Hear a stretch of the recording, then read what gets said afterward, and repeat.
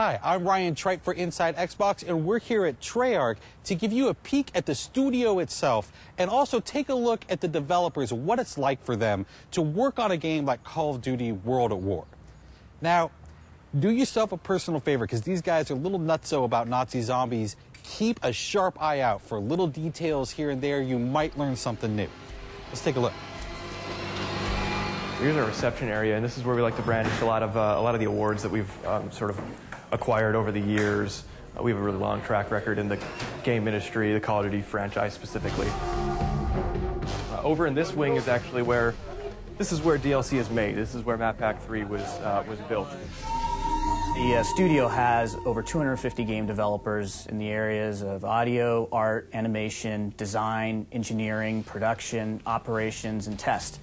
And we're making multiple games all the time. So we have some of our testers in this pen here.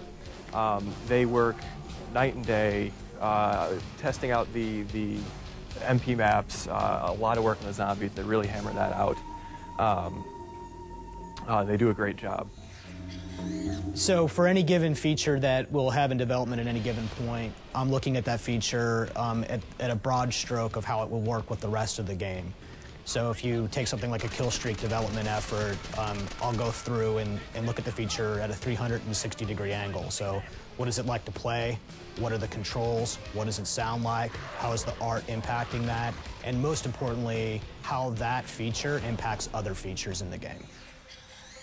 Along here, we have some of our central tech guys. We have our tech director's office. Here's our executive producer, Jason Blundell's office. And he sort of directs the production of all of our DLC, Map Pack 3 included. Over here, we have our production bullpen. This is where our producers are going to be working.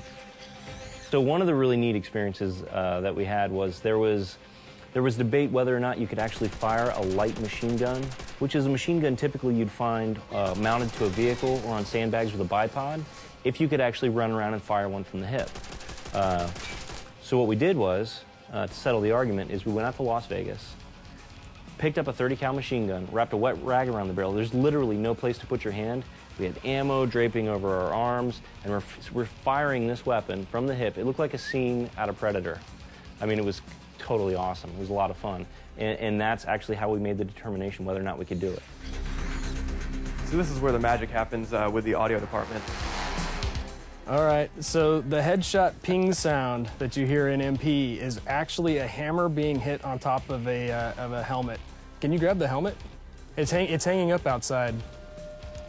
So this is the sound of your head getting smashed in multiplayer, courtesy of our senior sound designer, Gary Spinrad, who got the brilliant idea one day to just take this authentic helmet that's probably been through a lot worse, actually, and just beat the crap out of it with a big hammer. And then I think he mixed that with celery breaking, so you get this kind of disgusting ping, and you know, you've played it before. You know what it sounds like. What's funny, during the production of World at War, we actually brought in Brian Toohey, our audio director. We brought his dog in, and we had the dog in the recording studio trying to record barking for the Dogs of War multiplayer.